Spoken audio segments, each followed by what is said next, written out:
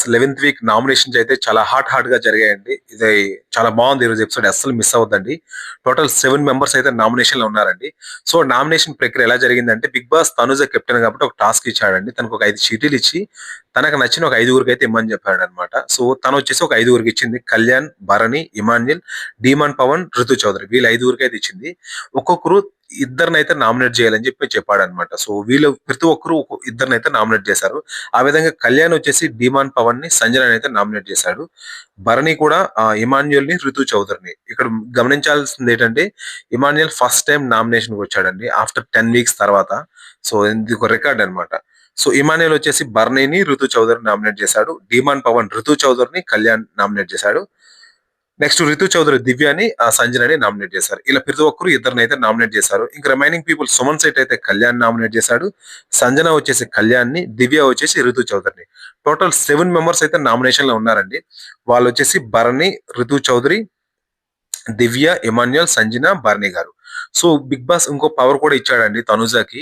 So ఏంటి ఇన్ని power ఇస్తున్నాడు, నాకైతే అర్థం కాలే. అదేంటంటే, ఇవి 7గురిలో ఒకరినైతే సేవ్ చేయొచ్చు అని చెప్పాడు. సో అది నిజంగా షాకింగ్ అనమాట. ఎందుకు చెప్పాడో తెలియదు.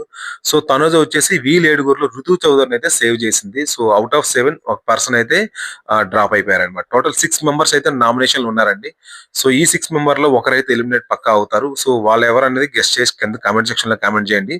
నా గెస్ట్ ప్రకారం, ఎందుకంటే ఇమాన్యుల్ ఫస్ట్ టైం వచ్చాడు. సో ఆయన ఓట్ బ్యాంక్ ఎక్కువ ఉంటుంది కాబట్టి ఆయన సేవ్ అవుతాడు పక్క. ఎందుకంటే టాప్ 5 కంటెస్టెంట్, ఆయన ప్రాబ్లం ఉండదు. కళ్యాణ్ కూడా టాప్ 5 లో ఉంటాడు, వాళ్ళిద్దరికి ప్రాబ్లం ఉండదు.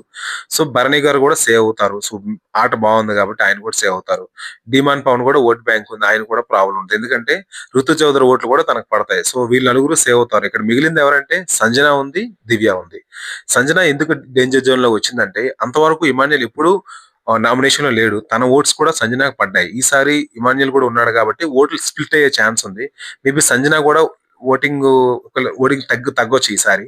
సో సంజన ఉంది, దివ్య కూడా ఉందన్నమాట. దివ్య లాస్ట్ 2-3 వీక్స్ నుంచి లిస్ట్ లో ఉంది కాబట్టి ఓటింగ్ లో. సో మేబీ తనైతే ఎక్కువ ఛాన్స్ ఉంది. ఒకవేళ తన మిస్ అయితే మాత్రం సంజన అయితే ఎలిమినేట్ అవ్వచ్చు. చూద్దాం మరి, ఎందుకంటే ఇంక 5 days ఉంది ఓటింగ్ కి. ఏదైనా జరగచ్చు. నాకైతే వీళ్ళిద్దరు అయితే డేంజర్ జోన్ లో కనిపిస్తున్నారు.